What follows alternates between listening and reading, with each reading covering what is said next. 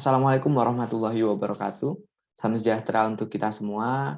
Sebelumnya, perkenalkan kami dari kelompok 2 mohon izin untuk mempresentasikan makalah asuhan keperawatan pada anak dengan hidrosefalus.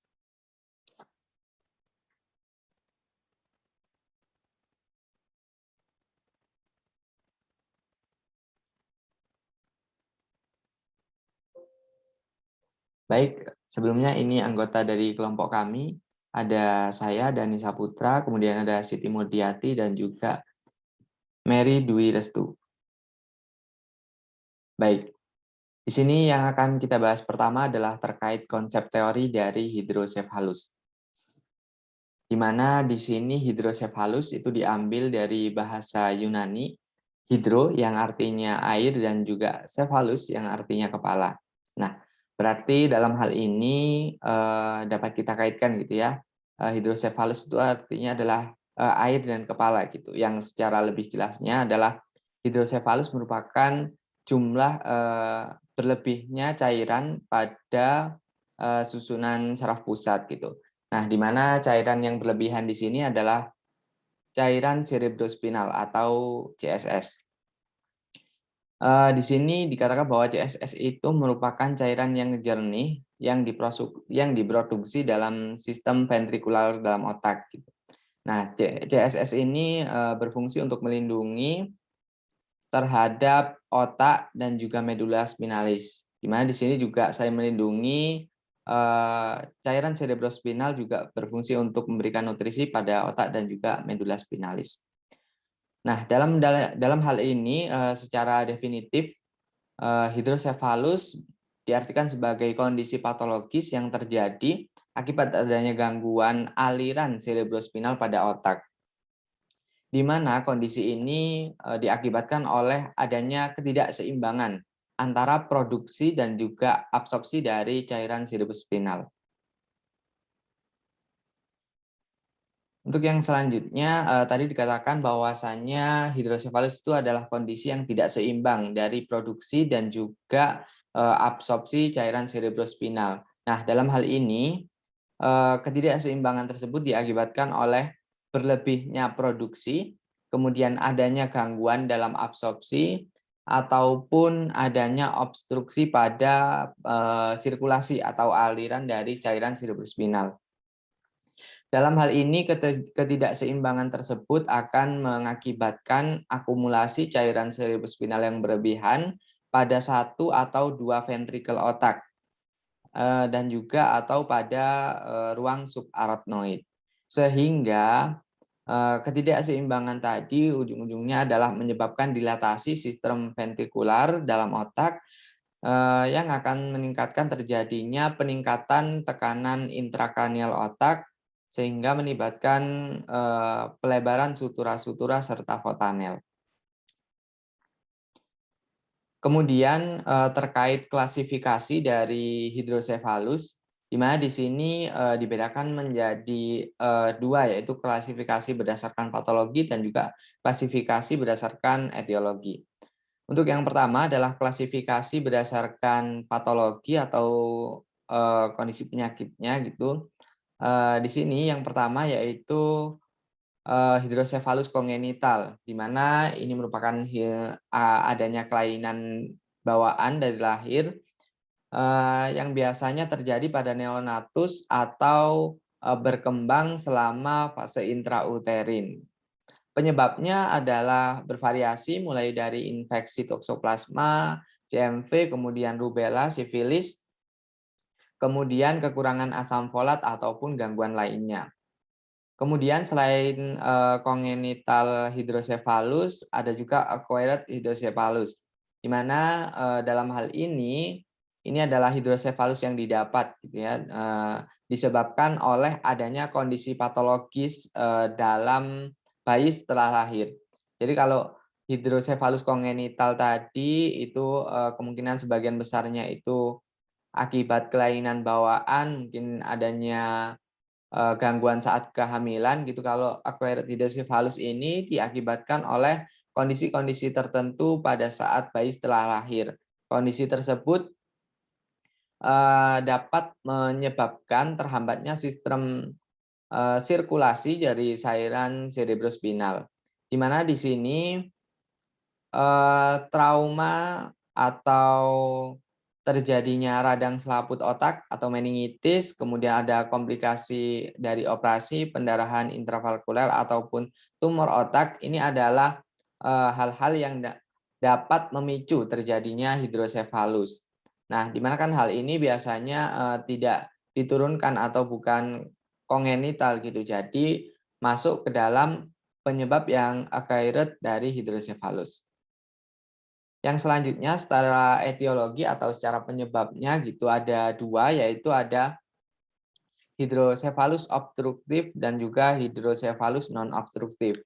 Di mana untuk yang obstruktif atau non-communicating, di mana di sini hidrosefalus diakibatkan oleh adanya obstruksi pada sistem ventrikular sehingga cairan cerebrospinal tidak dapat mengalir ke sinus sagittalis superior, di mana di situ tempatnya villi arachnoid ya.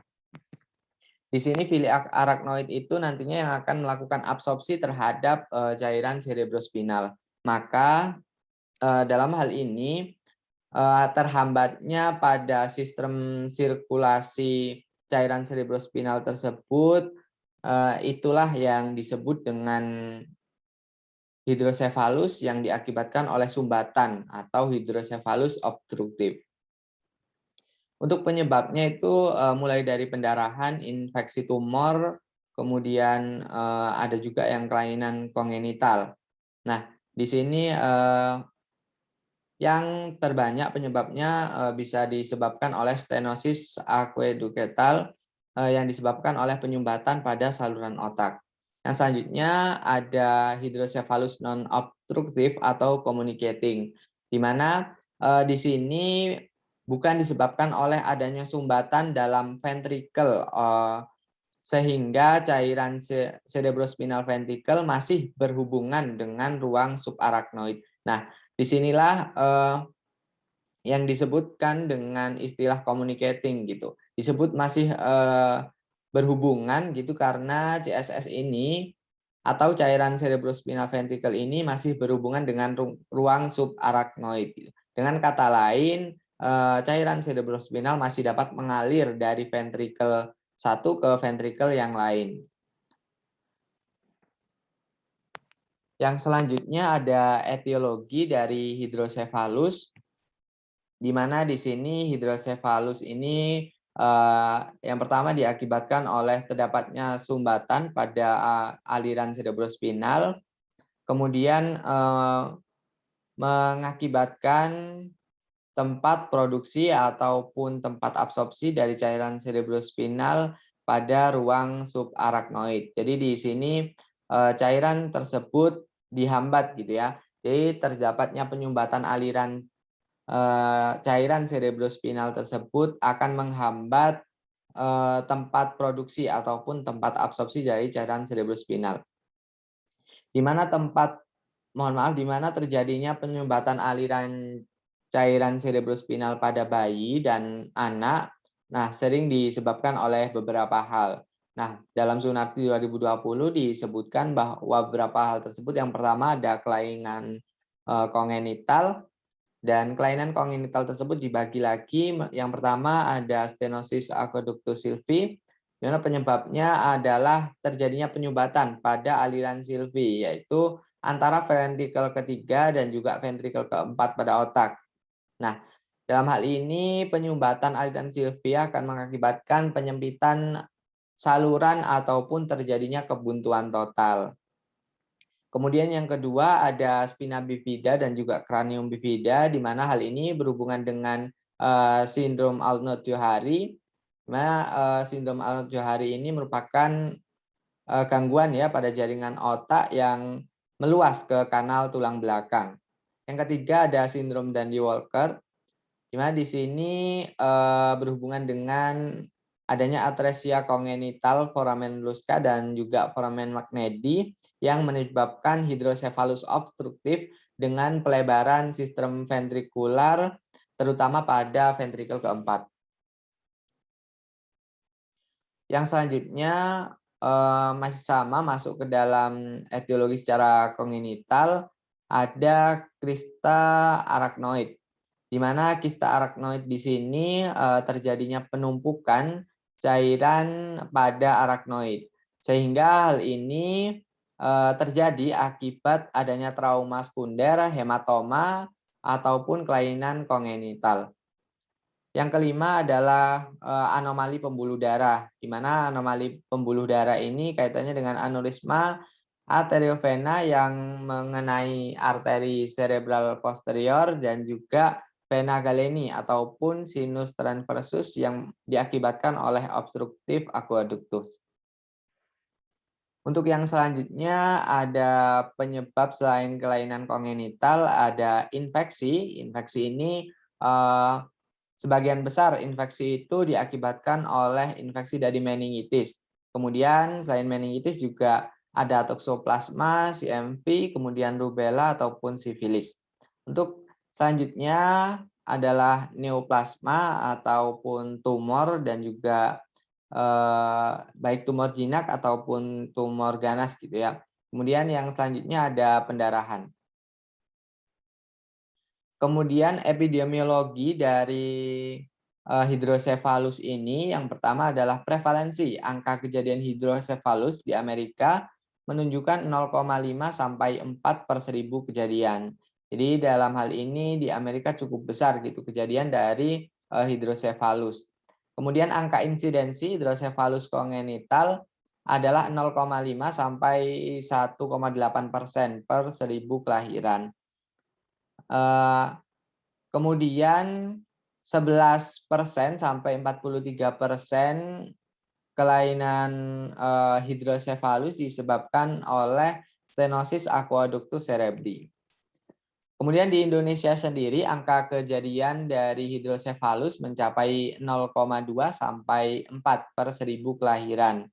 Nah, yang selanjutnya hidrosefalus dan kelainan jantung kongenital menyumbang sebesar 5,8% pada kematian neonatus. Ini menurut Kementerian RI tahun 2011. Nah, karena data untuk yang terbaru masih belum ada gitu. Masih belum kami temukan. Selanjutnya adalah patofisiologi dari hidrosefalus di mana cairan cerebrospinal diproduksi pada ini ya, produksi cairan cerebrospinal pada sistem ventrikular yaitu pada plexus choroidalis ataupun pada ventrikel ke-6 ini akan mengalir ke foramen Monro, kemudian akan mengalir lagi ke ventrikel ketiga. Nah, dapat dilihat di sini, ini dari tempat produksi cairan cerebrospinal yaitu pada ventrikel, tepatnya pada plexus choroidalis, kemudian mengalir ke foramen Monro, kemudian ke ventrikel ketiga, kemudian menuju ke aqueductus silvi. Nah, kemudian dari aqueductus silvi melaju lagi ke ventrikel keempat, kemudian ke foramen Luska dan juga foramen Magnedi, kemudian menuju ke sisterna, magna dan juga rongga subarachnoid. Nah, dalam hal ini untuk proses dari aliran cerebrospinal dapat dilihat pada gambar ini secara jelasnya gitu mungkin untuk penjelasan tambahan. Nah, sebenarnya berapa untuk normalnya dari cairan cerebrospinal yang harusnya ada gitu. Nah, cairan cerebrospinal sendiri pada anak usia 4-10 tahun itu normalnya adalah dalam kisaran 90 sampai 140 ml. Kemudian pada neonatus berkisar 20 hingga 30 ml dan juga pada bayi prematur itu normalnya adalah sekitar 10 sampai 20 ml. Kemudian tingkat produksi cairan cerebrospinal ini adalah 0,3 ml per menit atau dalam sehari sekitar 500 ml. Nah, kemudian dari produksinya yang segini, absorpsinya adalah 14% per jam dari total volume yang ada. Nah, Kemudian cairan cerebrospinal pada hidrosefalus ini dapat mencapai sekitar 1.500 sampai 5.000. Nah, besarnya jumlah atau cairan cerebrospinal ini yang akan mengakibatkan terjadinya peningkatan tekanan intrakranial pada kepala gitu ataupun pada otak. Yang selanjutnya, mekanisme terjadinya hidrosefalus secara teoritis terbagi menjadi 3, yaitu produksi cairan cerebrospinal yang berlebihan, kemudian peningkatan detensi cairan cerebrospinal, serta peningkatan tekanan sinus. Berdasarkan ketiga mekanisme tersebut akan terjadi upaya mempertahankan keseimbangan sekresi dan juga absorpsi. Nah, di mana dalam hal ini berdampak pada peningkatan tekanan intrakranial dan pada akhirnya nanti akan menyebabkan dilatasi ventrikel. Secara spesifik penyebab terjadinya hidrosefalus diantaranya yang pertama adalah produksi liquor atau cairan cerebrospinal yang berlebih, di mana dalam hal ini sebagian besar disebabkan oleh adanya papiloma atau karsinoma pada plexus choroideus. Kemudian yang kedua, selain produksi cairan cerebrospinal yang berlebih, disebabkan juga ada gangguan aliran liquor atau gangguan aliran dari cairan cerebrospinal. Di mana dalam ini disebabkan oleh adanya obstruksi atau sumbatan pada sistem sirkulasi cairan cerebrospinal yang dapat terjadi pada ventrikel ataupun pada villi arachnoid ya. Nah, villi arachnoid ini tadi tempat dari absorpsi cairan cerebrospinal. Di mana contohnya yang menyebabkan gangguan aliran pada liquor itu ada malformasi dan juga lesi ataupun inflamasi. Kemudian yang ketiga, adanya gangguan absorpsi liquor. Jadi terhambat untuk diserap gitu cairan cerebrospinalnya. Di mana dalam hal ini yang sering terjadi adalah sindrom vena cava dan juga trombosis sinus. Di mana keduanya ini akan mengakibatkan gangguan pada villi arachnoid. Nah, di mana tadi villi arachnoid ini tempat untuk absorpsi dari cairan cerebrospinal, sehingga cairan cerebrospinal tidak dapat terabsorpsi, cairannya akan meningkat, kemudian dapat mengakibatkan peningkatan tekanan intrakranial, karena tidak dapat mempertahankan keseimbangan tadi sehingga menyebabkan dilatasi ventrikel. Yang selanjutnya manifestasi klinis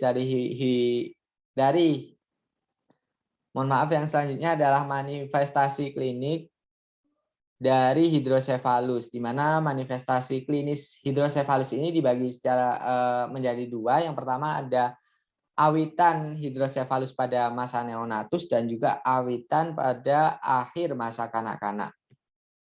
Untuk pada awitan yang terjadi pada masa neonatus, hidrosefalus ini akan terjadi pembesaran pada kepala abnormal, jadi terjadi pembesaran kepala yang abnormal, kemudian kranium terdistensi ke semua arah, terutama pada daerah frontal. Dorsum nasi tampak lebih besar dari biasa, kemudian kotannya terbuka dan tegang, sutura masih terbuka bebas, kemudian tulang-tulang kepala menjadi sangat tipis, vena di sisi samping kepala tampak melebar dan berkelok. Kemudian jika awitannya terjadi pada masa akhir kanak-kanak, maka pembesaran kepala tidak bermakna gitu. Namun ada nyeri yang muncul ditandai sebagai manifestasi terjadinya hipertensi intrakranial. Pada hidrosefalus dengan awitan pada akhir masa kanak-kanak ini tidak terdapat lokasi khas adanya nyeri kepala. Jadi nyeri kepala yang terjadi itu tidak menetap gitu.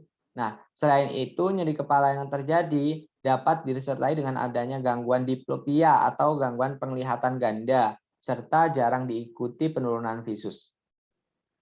Kemudian yang selanjutnya manifestasi klinis masih tetap, yaitu dalam hal ini untuk manifestasi klinisnya dibagi berdasarkan usia ya, yaitu ada hidrosefalus yang muncul pada bayi, kemudian ada gejala hidrosefalus yang muncul pada anak.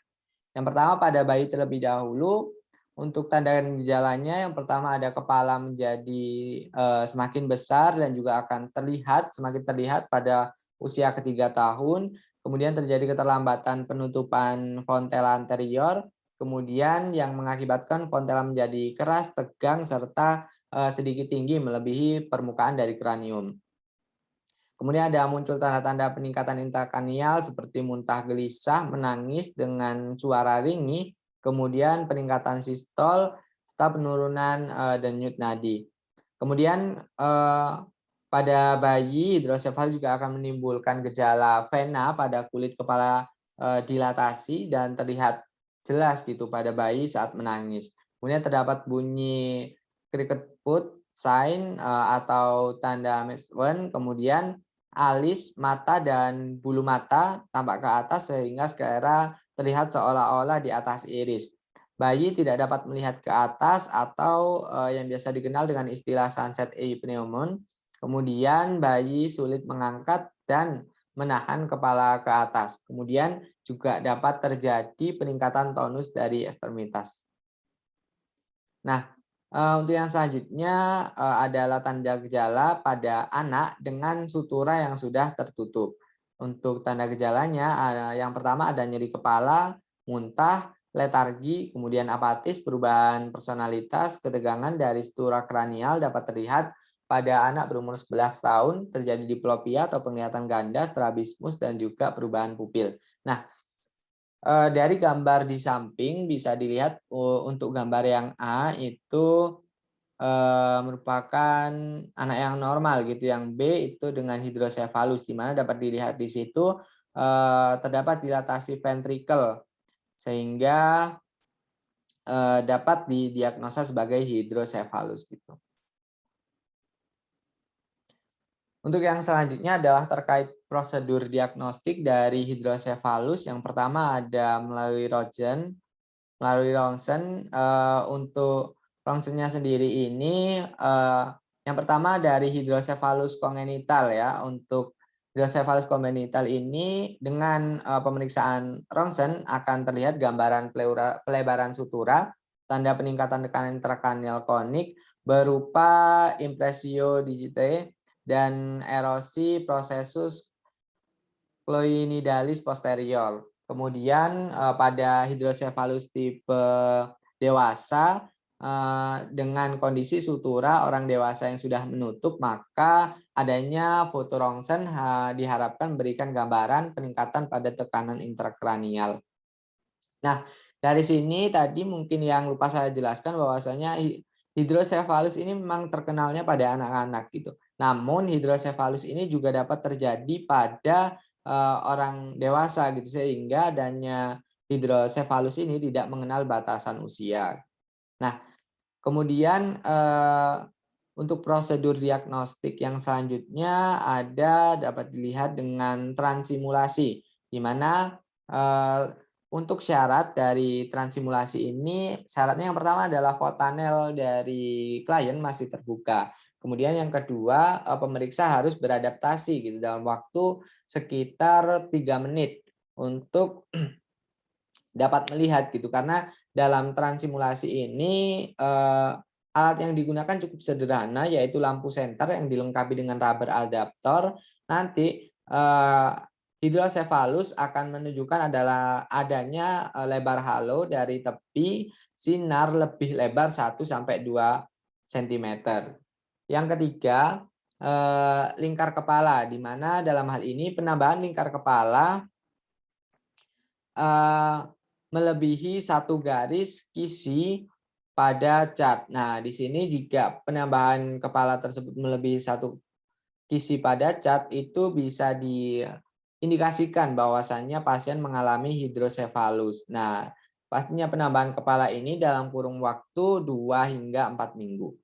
Kemudian ada pemeriksaan ventrikulografi, di mana dalam pemeriksaan ventrikulografi ini akan memberikan gambaran lokasi obstruksi ventrikel dan juga mengetahui kondisi kista pada ventrikel. Yang selanjutnya ada ultrasonografi, di mana pada ultrasonografi ini akan memberikan gambaran terkait pelebaran dari sistem ventrikular. Nah, dalam USG ini syaratnya adalah fontanel anterior gitu ya. Mohon maaf, prosedurnya adalah melihat dari kondisi fontanel anterior yang belum tertutup gitu. Itu adalah syaratnya. Kemudian yang keenam ada prosedur CT scan, di mana dalam ini CT scan akan memberikan gambaran terjadinya pelebaran ventrikel lateralis dan juga ventrikel ketiga. Kemudian yang ketujuh ada MRI, di mana MRI ini pada penderita hidrosefalus akan memberikan gambaran terkait dilatasi ventrikel serta adanya lesi massa. Kemudian untuk penata laksanaannya di sini penata laksanaan dari hidrosefalus sendiri mengambil prinsip atau prinsipnya adalah life saving and life sustaining gitu, di mana dalam hal ini diagnosa dan juga penata laksanaan dari hidrosefalus harus segera dilakukan. Dalam hal ini untuk mengurangi dari morbiditas dan juga mortalitas. Nah, di situ kan dituliskan apabila terlambat akan meningkatkan morbiditas dan juga mortalitas, kematian ataupun kecacatan gitu. Nah, penata laksanaannya sendiri yang pertama secara farmakologi dalam hal ini untuk mengurangi sekresi dan dari cairan cerebrospinal juga plexus choroid, kemudian juga untuk meningkatkan absorpsi dari cairan cerebrospinal, di mana obat yang biasa digunakan adalah acetazolamid sebesar 100 mg per kilogram berat badan per hari. Kemudian selain acetazolamid juga bisa digunakan furosemid dengan besaran 1,2 mg per kilogram berat badan per hari. Untuk sifat dari pengobatan secara farmakologi ini secara sementara gitu. Mengingat prinsip life saving and life sustaining tadi, maka secara farmakologi pengobatan ini hanya bisa untuk memberikan support gitu. Support sebelum dilakukan tindakan invasif, sebelum dilakukan tindakan pembedahan maka diberikan farmakologi gitu. Nah, sedangkan kalau digunakan dalam jangka panjang, maka kita harus mengingat juga bahwasanya farmakologi juga memiliki resiko terhadap gangguan metabolik. Kemudian secara non farmakologi ini ada beberapa tindakan yang dilakukan. Yang pertama ada ETV atau endoscopic ventriculostomy, di mana prosedurnya adalah dibuatkan lubang pada lantai otak sehingga memungkinkan cairan cerebrospinal yang berlebih untuk keluar dari permukaan otak sehingga dapat diserap. Kemudian indikasi dari ETV yang pertama ada hidrosefalus obstruktif, kemudian kasus infeksi pasca pemasangan shunt, kemudian subduohematoma pasca pemasangan shunt dan juga split ventricle syndrome. Kemudian kontraindikasi dari ETV adalah hidrosefalus communicans dan adanya kondisi yang menurunkan angka keberhasilan ETV. Kemudian komplikasi yang dapat terjadi pada pemasangan ETV adalah cedera hipotalamus, kemudian ada cedera pituitarista, kemudian ada cedera arteribasilar dan juga dimungkinkan terjadinya pendarahan. Nah, ini merupakan gambaran dari tindakan ETV. Yang selanjutnya, selain ETV juga dapat dilakukan pemasangan shunt atau prosedurnya disamakan shunting gitu. Nah, di mana tindakan shunting ini sendiri merupakan tindakan penanaman tabung tipis shunt atau yang dalam bahasa Indonesia sendiri disebut pirau ke dalam otak. Di mana dalam hal ini tujuannya adalah untuk mengalirkan cairan cerebrospinal yang berlebihan melalui pirau ke bagian lain sehingga cairan cerebrospinal akan diserap ke dalam aliran darah. Nah, dalam pemasangan shunt terdapat katup yang dapat mengontrol aliran cairan cerebrospinal agar tidak terlalu cepat. Nah, dalam hal ini dapat dilihat pada gambar gitu bahwasannya itu adalah prosedur, lebih tepatnya gambaran dari shunt gitu, prosedur pemasangan shunt ini. Nah, di situ dapat dilihat bahwasannya dalam pemasangan shunt ini ada kateter yang dihubungkan dari otak sampai menuju ke area abdomen.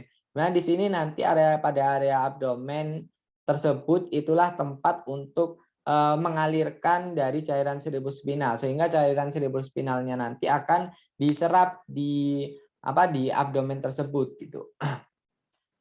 Nah, dalam hal ini Pemasangan shunt atau prosedur stunting ini terdapat beberapa jenis. Yang pertama ada ventriculoperitoneal shunt atau VP shunt, kemudian ada ventriculoarterial shunt atau VA shunt, kemudian ada Torkilden shunt, kemudian lumboperitoneal shunt dan juga subdural shunt. Kemudian ada colloid plexotomy, di mana hal ini merupakan prosedur yang digunakan untuk membuang sebagian plexus koroid dengan tujuan untuk mengurangi laju produksi cairan cerebrospinal.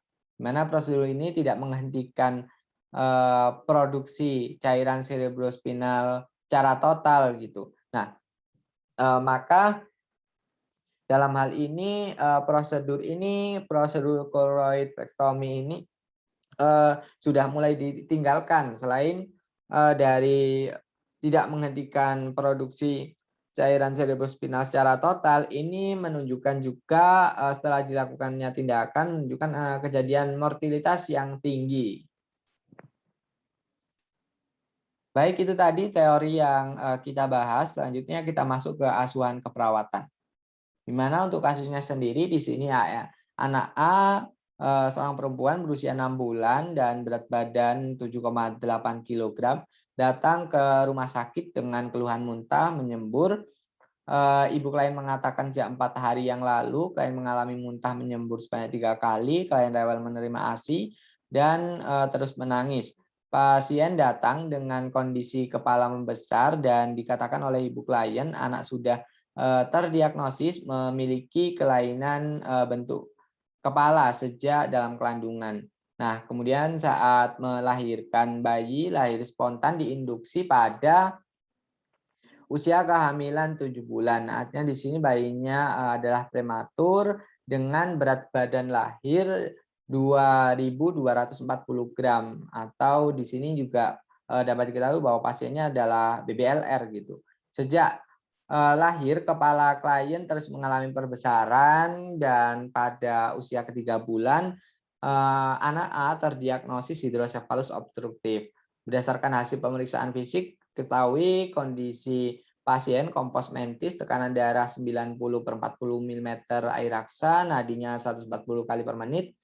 Kemudian nadinya reguler dan teraba lemah, frekuensi nafas 40 kali per menit, terdengar stridor, dan berkurang saat posisi kepala diekstensikan, suhu 37,8 derajat Celcius, pemeriksaan kepala tampak membesar, bentuknya cloverleaf. Ini merupakan bentuk khas dari hidrosefalus gitu, kemudian lingkar kepala 57 cm, pupil isochor, sunset pneumon, kemudian pasien tampak pucat, mukosa bibir kering, dan juga klien kesulitan untuk bergerak karena terjadinya pembesaran kepala. Kemudian untuk pengkajiannya, yang pertama dari identitas pasien, ini dari beberapa yang telah kita identifikasi tadi untuk datanya sudah bisa dilihat gitu, di mana di sini dapat digarisbawahi adalah diagnosa medis hidrosefalus obstruktif. Kemudian ayahnya berusia 31 tahun, ibunya 26 tahun dan juga mempunyai seorang kakak, itu usianya adalah 8 tahun. Nah, kondisi status kesehatan kakaknya dalam kondisi normal tanpa ada gangguan. Yang selanjutnya adalah pengkajian, di mana dalam hal ini yang pertama terkait riwayat kesehatan. Yang pertama yaitu terkait keluhan utama yaitu muntah menyembur, keluhan kesehatan sekarang. Anak A datang ke rumah sakit dengan keluhan muntah menyembur, ibu mengatakan sejak 4 hari yang lalu klien mengalami muntah menyembur sebanyak 3 kali, klien rewel menerima ASI dan terus menangis. Riwayat kesehatan dulu prenatal, di sini dikatakan bahwa selama hamil ibu memeriksakan kehamilannya 2 bulan sekali ke bidan. Kemudian riwayat terkena radiasi tidak ada, riwayat berat badan hamil, perkembangan berat badan ibu saat hamil gitu dalam kondisi normal. Riwayat TT, ibu mengatakan belum pernah menerima imunisasi TT. Kemudian golongan darah ayah dan ibu O. Teman melahirkannya di rumah sakit, jenis persalinan spontan diinduksi pada usia kehamilan 7 bulan. Penolong persalinannya adalah dokter. Kemudian komplikasi yang dialami ibu baik saat ataupun setelah melahirkan tidak ada. Kemudian postnatal dari bayi A ini, kondisi bayi lahir spontan, diinduksi usia 7 bulan kehamilan, lahir dengan kondisi BBLR 2.240 gram. Anak pada saat dilahirkan tidak mengalami sianosis, kemudian klien terdiagnosa hidrosefalus pada usia 3 tahun, diberikan obat oleh dokter. Riwayat kecelakaan tidak ada, riwayat mengkonsumsi obat-obatan tanpa seizin dokter ataupun zat kimia lain tidak ada. Perkembangan anak dibandingkan saudaranya ini dikatakan berbeda karena anak sejak usia 1 bulan itu kepalanya terus mengalami perbesaran. Ini untuk riwayat kesehatan keluarga, ibu mengatakan tidak ada anggota keluarga yang mengalami kejadian yang sama dengan klien. Genogramnya dapat dilihat dalam gambar ini gitu. Untuk pasiennya di sini kami gambarkan dua lingkaran yang ada petik 6. Riwayat imunisasi BCG, DPT1, polio 1, 2, 3, campak, hepatitis, usianya yaitu dalam rentang waktu kisar 1 sampai 4 bulan. Nah, di sini dapat diketahui adanya reaksi yaitu setelah pemberian imunisasi BCG itu terdapat reaksi demam. Untuk tumbuh kembang, berat badan lahir 2.240 gram, panjangnya 43,2 cm. Kemudian perkembangan tiap tahap, usia anak, berguling belum bisa, duduk belum bisa, merangkap belum bisa. Pada orang pertama, itu pada bulan keempat kelahiran, kemudian bicara pertama kali belum bisa, berpakaian juga belum bisa. Riwayat nutrisi pertama kali disusui 1 minggu setelah lahir, cara pemberian setiap kali bayi menangis, pola perubahan nutrisi itu masih belum terjadi perubahan ya karena bayinya masih terus dikasih ASI. Riwayat psikososial, anaknya tinggal bersama orang tua pada lingkungan perkotaan, rumahnya dekat pabrik tekstil, kemudian tidak ada tempat bermain mandiri di rumah, kemudian kamar klien juga bersama orang tuanya, rumah tidak ada tangga gitu. Jadi kemudian yang selanjutnya hubungan antara keluarga harmonis dan juga pengasuh anak adalah ibu sendiri. Nah, adalah riwayat spiritual di mana support system dalam keluarga orang tua klien selalu berdoa agar anaknya cepat diberi kesembuhan gitu dan juga diberikan umur panjang oleh Tuhan. Kemudian reaksi hospitalisasi, pengalaman keluarga tentang sakit rawat inap, ibu membawa anaknya ke RS karena klien mengalami perbesaran kepala. Kemudian apakah dokter menceritakan tentang kondisi anak? Ya, yaitu anak terdiagnosis hidrosefalus. Ya, yang selanjutnya terkait perasaan orang tua mengatakan tidak tega dan juga sangat sedih melihat kondisi klien. Selanjutnya ada pengkajian 11 fungsi Gordon, di mana yang pertama ada nutrisi, cara makan pasien rutin. Saat ini pasien cukup rewel, cairannya minum cairannya yaitu ASI ya, sama. Kemudian frekuensi ASI 6 sampai 7 kali sehari, untuk saat sakit kisaran 4 sampai 5 kali sehari. Jadi di sini terjadi penurunan, termasuk untuk jumlah cairannya pun mengalami penurunan dari 700 menjadi 600 gitu. Untuk eliminasinya pola BAK juga mengalami penurunan dari yang kisarannya 700 menjadi 600. Kemudian pola istirahat, di sini pola istirahatnya sama, tidak ada gangguan, personal hygiene. Ini saat sakit ya oleh ibunya untuk personal hygiene-nya sedikit dikurangi, termasuk mandi dan juga cuci rambutnya untuk frekuensinya dikurangi. Kemudian pola aktivitas kegiatan sehari-hari, nah pasien ini kan masih belum bisa mobilisasi gitu, artinya masih ada di tempat tidur. Kemudian kesulitan pergerakan tubuh, yaitu ada pada klien tidak dapat tengkurap, tidak dapat mengangkat kepala gitu, dan juga tidak dapat mempertahankannya. Kemudian pemeriksaan fisik, ROS dan juga head to toe. Yang pertama dari review sistemnya terlebih dahulu. Untuk breathing-nya, respiratory rate 40 kali per menit, suara nafas tidur, tidak menunjukkan batuk, bentuk dada simetris, kemudian start dada suara rocky pada paru. Kemudian B2 dapat tekanan darah 90/40 mm air raksa, nadinya 140 kali per menit, irama reguler, nadi remah, dan juga suhu 37,8 derajat Celcius. Untuk brain-nya, kesadaran kompos mentis, bladder-nya fungsinya buang air kecil sedikit menurun, namun tidak ada gangguan lain. Bawalnya pasien muntah dan juga rewel untuk menyusu gitu. Nah, kemudian untuk bone-nya pasien mampu melakukan aktivitas sesuai usia. Selanjutnya head to toe dari kepala.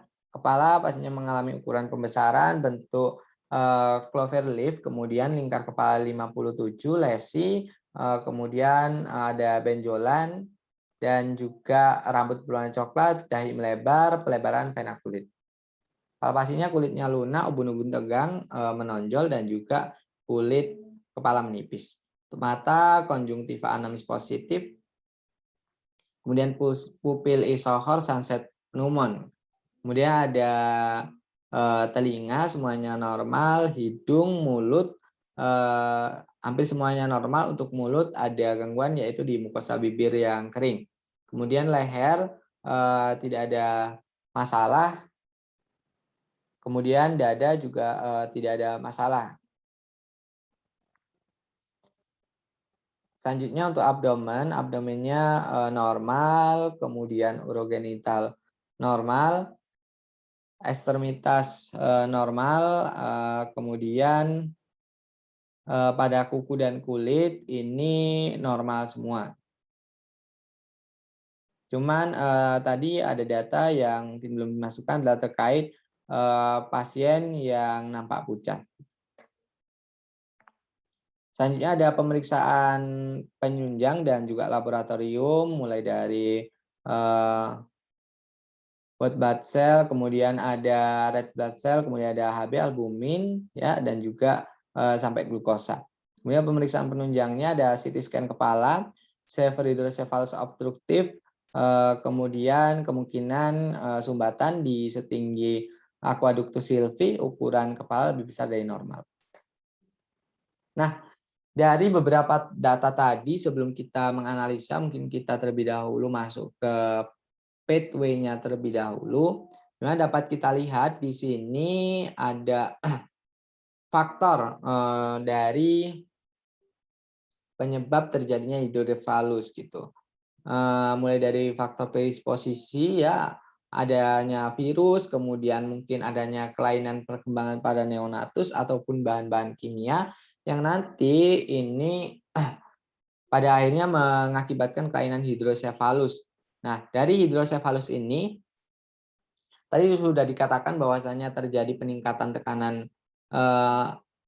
penekanan, ya, jadi adanya peningkatan cairan cerebrospinal yang mengakibatkan meningkatnya tekanan intrakranial. Kemudian di sini mengakibatkan dilatasi ruang cairan cerebrospinal yaitu pada ventrikel, kemudian terjadi gangguan vaskularisasi, dan juga masalah yang dapat diangkat adalah terkait gangguan perfusi cerebral. Kemudian di sini juga dapat beberapa hal lain gitu yang mungkin yang dapat saya garis bawahi, dapat terjadinya resiko infeksi akibat pemasangan shunt, kemudian ketidakefektifan bersihan dan nafas akibat penumpukan sputum, kemudian gangguan mobilisasi dan juga gangguan pertumbuhan ini akibat adanya perbesaran kepala yang mengakibatkan perlambatan dari pertumbuhan dan juga gangguan pemenuhan nutrisi kaitannya dengan kejadian muntah dan juga penekanan pada susunan saraf pusat. Selanjutnya ada analisa data di mana di sini dari data tadi ini diambil diagnosa mulai dari resiko perfusi cerebri atau resiko perfusi cerebral tidak efektif gitu. Untuk etiologinya di sini dari hidrosefalus ini sama seperti yang di pathway tadi. Datanya tadi yang kita dapat mungkin kita dapat garis bawahi ada dari ibu klien yang mengatakan 4 hari mengalami mual menyembur gitu sebanyak 3 kali. Kemudian pasien pucat, mukosa bibir kering, kemudian pupil sohor, kemudian tingkat kepala 57 cm, bentuk kepalanya yang oktoklav, kemudian bentuk kepala yang clover leaf, mohon maaf, tekanan darahnya 90/40, nadi 140, kemudian suhu 37,8. Kemudian diagnosa kedua yang kita tegakkan berkaitan dengan ibu yang mengatakan muntah tadi, mukosa bibir kering, intake cairan yang menurun, kemudian HB yang sedikit menurun, tekanan darah 90/40, nadi 140, kemudian respiratory rate 22 kali per menit dan juga suhunya 37 derajat Celcius, maka di sini diangkat diagnosa hipovolemi gitu terkait etiologinya hidrosefalus mengakibatkan penekanan cairan subspinal, jadi peningkatan tekanan intrakranial menurunkan terjadi penekanan sistem secara pusat, muntah. Nah, yang inilah diagnosa hipovolemi dapat kita angkat. Yang ketiga, adanya gangguan integritas kulit, di mana didapat dari datanya yang pastinya klien hidrosefalus mengalami perubahan dari kulit kepalanya ya, dari kepalanya yang mengalami pelunakan, ubun-ubun tegang, juga kulit kepala yang menipis. Kemudian di sini untuk yang keempat ada diagnosa gangguan tumbuh kembang. Di sini dari data-datanya yaitu Bu klien mengatakan kliennya berbeda dengan saudaranya, kemudian klien mengalami perbesaran kepala sejak usia 1 bulan. Kemudian saat ini juga klien masih belum dapat tengkurap ya, seharusnya sudah bisa, kemudian klien tidak dapat mengangkat atau mempertahankan kepala, ukuran kepalanya yang juga mengalami perbesaran, inilah yang menyebabkan janji gangguan tumbuh kembang. Kemudian yang kelima, ada gangguan mobilisasi, di mana di sini didapatkan dari data ibunya yang mengatakan klien selalu berada di tempat tidur, kemudian klien tidak dapat tengkurap, klien juga tidak dapat mempertahankan kepalanya. Dalam hal ini masih satu jalan dengan gangguan tumbuh kembang tadi yang mengakibatkan kesulitan gerak itu tadi, sehingga diagnosa yang kami angkat gangguan mobilisasi. Nah, secara diagnosa keperawatannya, yaitu diagnosanya yang pertama resiko perfusi cerebral tidak efektif berhubungan dengan peningkatan tekanan intrakranial, hipovolemi berhubungan dengan kehilangan jaringan aktif, ditandai dengan pasien tampak pucat, kemudian mukosa bibir kering, suhu tubuh meningkat, gangguan integritas kulit berhubungan dengan kelebihan volume cairan, ditandai dengan kerusakan jaringan dan juga lapisan kulit. Gangguan tumbuh kembang berhubungan dengan efek ketidakmampuan fisik, ditandai dengan pasien tidak mampu melakukan keterampilan atau perilaku khas sesuai usia, pertumbuhan fisik terganggu, gangguan mobilitas fisik, gangguan berhubungan dengan gangguan neuromuskular, ditandai dengan gerak terbatas dan juga fisik lemah. Untuk intervensinya, yang pertama dari resiko perfusi cerebral tidak efektif, tujuannya setelah dilakukan perawatan 3 kali 24 jam, maka perfusi cerebral meningkat dengan kriteria hasil tekanan intrakranial cukup menurun 4, demam menurun 5, kemudian nilai tekanan darah membaik. Untuk intervensinya ada manajemen peningkatan tekanan intrakranial dengan tindakan observasi. Yang pertama, identifikasi penyebab peningkatan tekanan intrakranial, rasionalnya adalah untuk mengetahui faktor yang berhubungan dengan peningkatan tekanan intrakranial klien yang berdampak pada penentuan tindakan. Kemudian juga ada monitor tanda-tanda peningkatan tekanan intrakranial, monitor status pernafasan. Selanjutnya secara terapeutik tindakannya ada mencegah terjadinya kejang ya, mohon maaf di situ bukan tegang tapi kejang, menghindari komplikasi dari hidrosefalus ya rasional, kemudian ada hindari penggunaan IV hipotonik, pertahankan suhu tubuh optimal dan juga kolaborasi pemberian sedasi yang dikonvulsat. untuk sebagai upaya juga untuk mencegah terjadinya kejang. Kemudian ada diagnosa yang kedua, yaitu kaitannya dengan hipovolemi. Tujuannya setelah intervensi 3 kali 24 jam, maka status cairan membaik dengan kriteria hasil, kekuatan nadi meningkat, suara nafas tambahan menurun, kadar HB membaik, intake cairan membaik, suhu tubuh membaik. Intervensi yang dilakukan adalah manajemen hipovolemi. Untuk tindakannya observasi. Yang pertama, periksa tanda gejala hipovolemi. Rasionalnya mengetahui tingkat hipovolemi yang dialami klien dan juga mengetahui penyebabnya pastinya. Nanti yang kedua ada kaitannya dengan monitor intake dan output cairan untuk mengetahui balance cairan pasien. Dan tindakan terapeutik hitung kebutuhan cairan, edukasi. Ini tindakan kolaborasi, yaitu terkait kolaborasi dari pemberian cairan IV. Kemudian yang ketiga ada gangguan integritas kulit. Tujuannya setelah dilakukan intervensi 3 kali 24 jam, maka tingkat integritas kulit dan jaringan pasien meningkat dengan kriteria hasil, tekstur kulit cukup meningkat, kerusakan lapisan kulit cukup meningkat. Untuk intervensinya diambil terkait perawatan integritas kulit dengan tindakan observasi, identifikasi penyebab gangguan integritas kulit, dan juga edukasi agar meningkatkan nutrisi, hindari penggunaan bahan-bahan hipoalergenik. Nah, ini adalah untuk implementasi dari beberapa intervensi yang kami tuliskan tadi. Nah, selanjutnya kita langsung ke evaluasi, di mana evaluasinya dari diagnosa pertama itu dari data subjektif, ibu klien mengatakan sudah tidak muntah kembali, pasien tampak masih cukup pucat ya, kemudian mukosa bibir sudah tampak tidak pucat, tekanan darah 90/50 mm air raksa, nadi 135 kali per menit, respiratory rate 22 kali per menit, dan juga suhunya 37,1 derajat Celcius. Di sini dari beberapa skor target dari indikator yang ditentukan, ini masih belum mengalami pencapaian yang optimal gitu. Nah, terkait tekanan intrakranialnya yang masih belum tercapai, maka masalah di sini masih ada, akan tetapi perencanaan efektif maka lanjutkan intervensi.